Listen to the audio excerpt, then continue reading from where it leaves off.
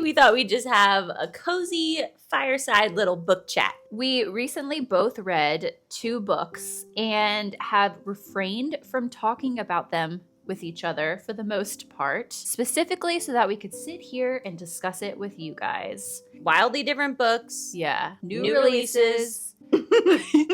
Fall books. So we are, cheers, ready to go. The 2 books we are discussing today are The Spellshop by Sarah Beth Durst. Voila. And The God of the Woods by Liz Moore. Let's start with The Spellshop. Okay. So the way that we will structure this is first I will give a little synopsis of the book, and then we will have a spoiler-free section where we discuss the book. Then we will move on to a little bit of a spoiler section. If you want to skip past that part, you can just scroll ahead on the bar at the bottom of the screen and go to the next section, and then maybe revisit it after you read it and see if you agree with all of our thoughts. This book is a cozy fantasy story about a librarian named Keela who is forced to evacuate the library where she works in the capital city when a revolution gets out of hand and the library is set on fire. She flees with as many spell books as she can carry and her BFF, who just so happens to be her assistant, and a sentient spider plant named Kaz. The 2 of them relocate to her childhood home, an island that has since fallen on hard times, and they rebuild a life there by opening a jam shop as a cover for their real gig, which is the Spellshop, where they're selling illegal spells to help the citizens of this little island. Okay, so I read this book first, and then Lena read it after me, and we had wildly different opinions of it and Goodreads ratings. I think I have since changed my score to a 3.5. Oh. And what is yours? A 1.5. I actually did think that we would feel the same because you are the one who introduced me to Legends and Lattes and to this genre as a whole. And I love it. And I loved that book, and we had very similar opinions. So I kind of thought that we would land in the same place with this one. But I think I'm just a little less harsh of a critic than you are. I think when that's it comes probably to this. true. I really went into it being like, as long as there's some description of food in there, it's all good. I thought I was going to love it. And I remember, like the first 50 pages, I was like, oh no. And then I got to 100 pages and I was like, oh no. Yeah. And then by the end you were like, no. Just no. Yeah. Let's talk about the pros of the book. What were the things that we liked? Even Without if we giving disagreed, spoilers. Without giving spoilers. There's really only one thing that I liked, and that was fixing up the cottage.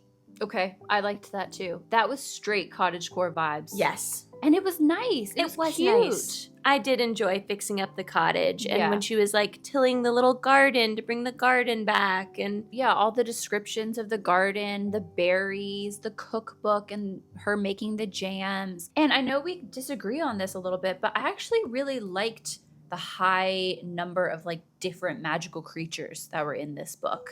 I think you thought that they were just kind of like thrown in there willy-nilly or something, but I thought it was cute. I didn't need more background on like a centaur versus I don't even know what the main character was. Why was she blue? Like, what was she? I don't know. Blue.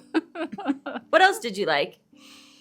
I liked that there were cinnamon buns. After Legends and Lattes, I've decided that in order for a book to be a proper cozy fantasy novel, cinnamon buns must be present. I also really liked the found family aspect. Did I think it was a little far-fetched? For sure. But it did feel very heartwarming to see the main character find a group of people that loved her and realize what like human interaction can actually be like. Is there anything else that you liked? No. Okay. Moving on then. What did you not like? Okay, so many things. Because I'm sorry. What was going on here? First of all, I just needed to get this rant out of me. Okay. Librarians are Lord. not mean, hold up, never want to speak to another person ever in their life people.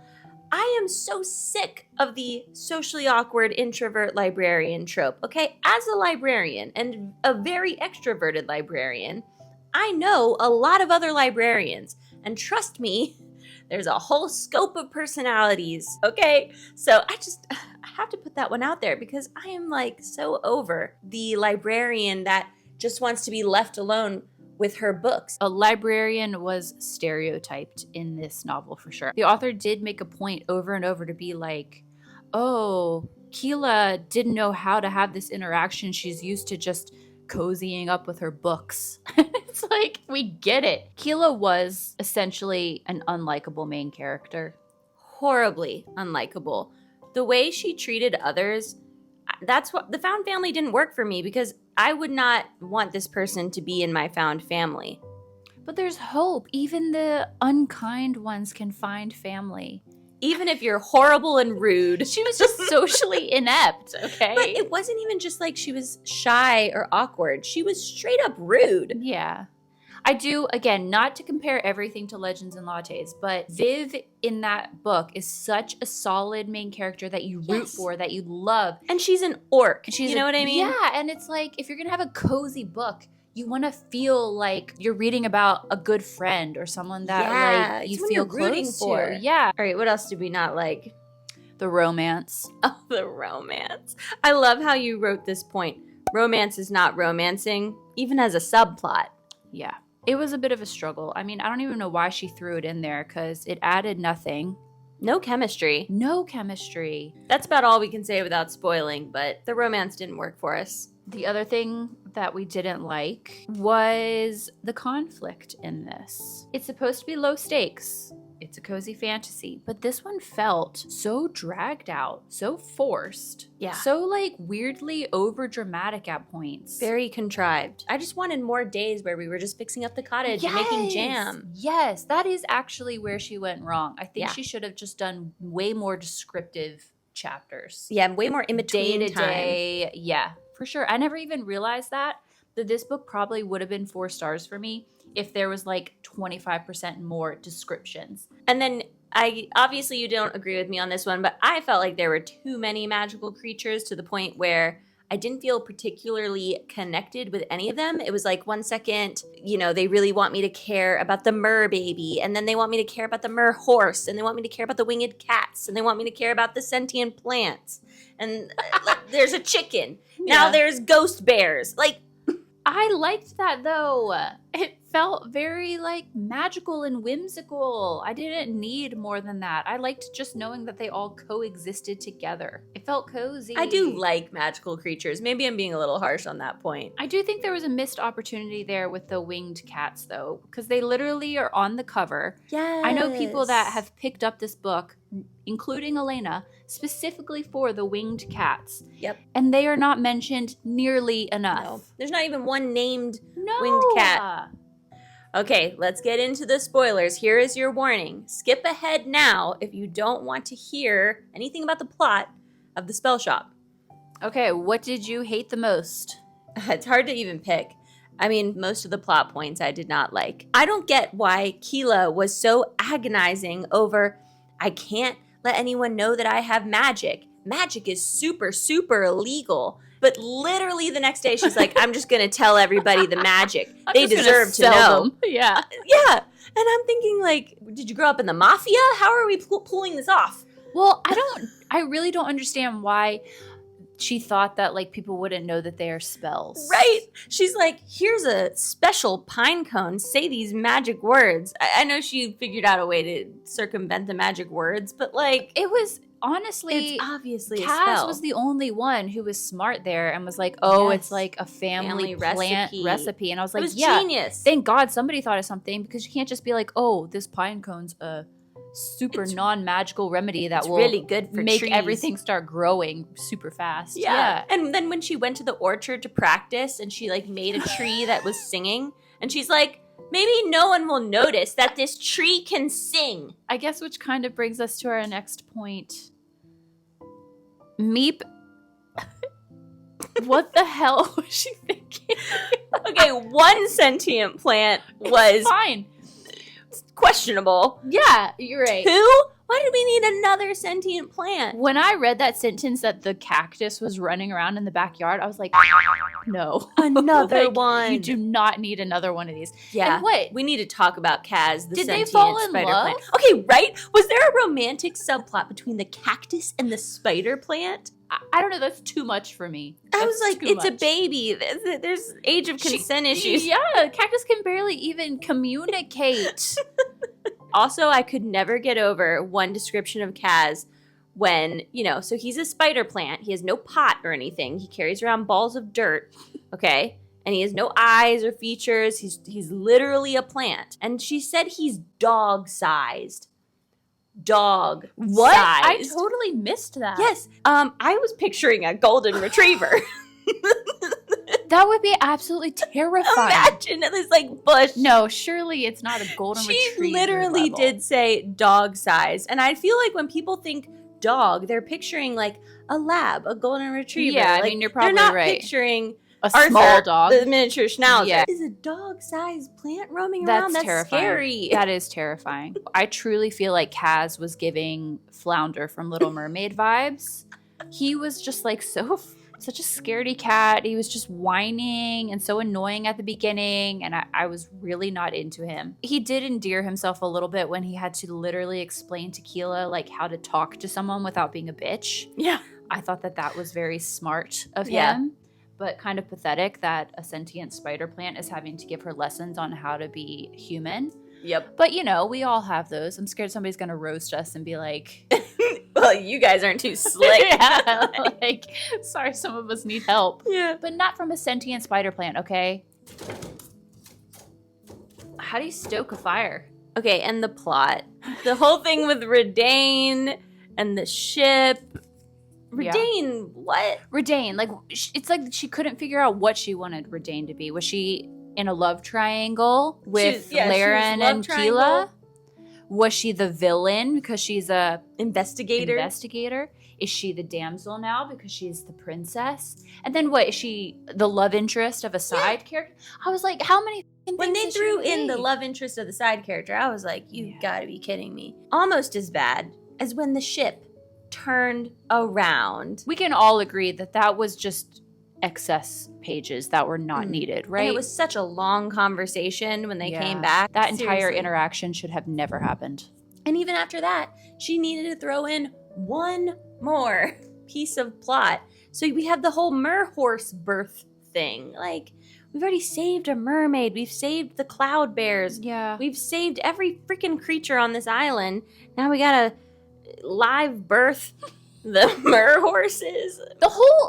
To be perfectly honest, the entire premise of the book was kind of weird because essentially they're saying that none of this will exist naturally. It all has to be maintained Yeah. by magic. It's weird. obviously not natural to the island if it's not growing. If a merhorse can't procreate on its own, then is it How is there a species? creature? Or is it just an experiment? I mean, Yeah. it just doesn't make sense. It felt weird. It felt like the opposite of returning to nature. Yeah. It felt like tricking nature. Yeah. Do you know what I mean? Forcing nature's hand. Yes. Little off-putting. Yeah. To wrap it up, I didn't like it at all, really. But hearing you explain the things that you did like about it, I get it. I see how that could work for many readers. If you approach it for what it is, Right? Manage your expectations. then you will come away relatively satisfied, in my opinion. I think I saw one Goodreads review that was like, if you can enjoy a book without overanalyzing it at all, then you will love this. And I think that's probably true and probably something that that you're makes sense. incapable of doing. Not happening. Okay, moving on. Now that it's to- getting spooky and dark outside. It's the perfect segue. Yes, we can talk about our little thriller mystery, The God of the Woods. Okay, so this is a quiet, compounding mystery revolving around the mysterious disappearance of a 13-year-old girl from a summer camp that her family owns. Weirdly enough, 14 years prior, the girl's brother had also disappeared from the area. So this is basically a mystery within a mystery. A lot of characters, a lot of townspeople, the family, other rich people that the family knows. And it's supposed to kind of be like a commentary on the clash between the working class and the high society family, especially when these crises come up. Yep. And I loved it. I gave it 5 stars. I gave it a respectable 3 stars. But I do not like this, really. Wow. I'm so shocked. I honestly thought that you were going to have the same experience that I did. I don't want you to take this the wrong way, but I feel like this book is overhyped. I will say when I was done reading it, I read Goodreads reviews that were low stars to kind of see if I agreed with anything in there. And I was like, these idiots, they didn't get it. Okay. Maybe I don't get it. This has happened before. But let's get into what we liked. Let's research. Yeah. Let's get into what we liked. Okay. What did you like? Spoiler free, I did really like the writing style. I think this is what carried the book for me. I thought the writing was poetic. Yeah. It really put me back to being at summer camp as a teenage girl. There was a lot of commentary on the transition from girl to woman, that crazy hormonal time, just girlhood, you know? Yeah, it was very nostalgic. For sure. I think that Liz Moore obviously is an incredible writer, but I do think this book was probably 100 pages longer than it needed to be. Like, I think she wrote too much. She was enjoying writing a little too much. You're supposed to be saying what you like. Oh, right. I'm disagreeing with the pros of what you like. Piggybacking off of that, the setting was fantastic. This book is literally dripping with atmosphere. You get really good descriptions of the Adirondacks. You really do feel like you're at summer camp. You really do feel when they're like beside the fire at night and they're hearing things in the woods and stuff. You're there. I loved when they were talking about how the camp counselors become mini celebrities to you at camp. Yes. It's so true. I remember from my sleepaway camp experiences, that was definitely a thing. And I think it's so funny because they were obviously like 18 years old. I was like, whoa. Yeah. I also really appreciated that every subplot and little rumor was all tied in. There were no red herrings. Yes, but I felt like it was excessive. There were too many. But there was a lot going on. I get it. She did really try to fold it all together. I honestly really did enjoy the commentary on classism and the issues between the working class and the high society. I especially loved the allegory about the home being named Self-Reliance when it was all the townspeople that actually built it. What did we not like? Well, I think I've already started saying it. I'm struggling to... She couldn't stay positive. I just felt like this book was depressing, okay? I didn't enjoy reading it. Everybody was mean or really sad. It wasn't. You're not wrong. It was not enjoyable. I've read sad books and stuff and felt moved by them and had some other emotion to go along with the depressingness. But this just felt freaking sad. Like every page was just another depressing thing that's being done to these poor people. I know I've already said this, but like I normally really enjoy character-driven novels. But this one just didn't hit for me. I think maybe there were too many POVs, but I don't even think that's it. I think it was just dragged out too much. By the end, I didn't even care about the mystery. Like I didn't even care what had happened. I literally wanted it to end. I didn't want to know anymore. You're like, forget it. I was like, I know too much about these characters. I don't want to know anymore. I did feel a little bit like, okay, the female characters, I get that it's a time and a place, but especially Judy, I was like, girl, tell them to call you investigator. Everybody's disrespecting her, calling her miss. You were in this spot. Now you got to show that you know what you're talking about and you're in charge. Let's go ahead and move on that note to the spoiler section. Skip ahead now. Or just go read the book really fast. Yeah, pause the video. We'll see you in 2 days. Yeah. Let's talk about the ending real fast, okay? Let's just jump right in. Okay, let's do it. That was literally the stupidest ending. So disagree. You're going to tell me this 13-year-old girl is going to go live on a remote island by herself. Yeah, she loves it. She's got a radio. She's got a radio and a guitar. She's going to live there for 6 years? 6 years. And then she's going to re-emerge into society at the age of 18, having barely spoken to anyone in 6 years. Okay. She's going to be like a wild, like where the wild things are. I don't get it. She's 13. I thought she was just going to live there and at least not leave until she could safely be, incognito. Yeah. I got the impression that they said at 18 then you she could be decide. right. I would have to revisit the end to check on that one. And I will say, like, I get that TJ apparently is going to come out and then I guess they'll have each other. But, like, it still feels really unrealistic and, like, kind of anticlimactic, to be honest. I think I was like psyched because my original theory when I was reading it was that Bear had like run off into the woods. It was like a mountain man, basically. Yeah, that's what I thought. Even though he was 8, which is throwing me off a bit. You never know. But I think I wanted that to be true so badly that when it turned out that's kind of what Barbara did, I was like, someone ran off into the wilderness. Yeah, that makes sense. Agree to disagree. I do think that TJ and Barbara had a good plan. When they scraped the paint off and revealed that she had John Paul's initials into the mural, I was like, okay, we thought ahead. I was like, let's go. Barbara basically played Tracy and like told Tracy it was She her did older play Tracy. boyfriend that she was going to meet and stuff.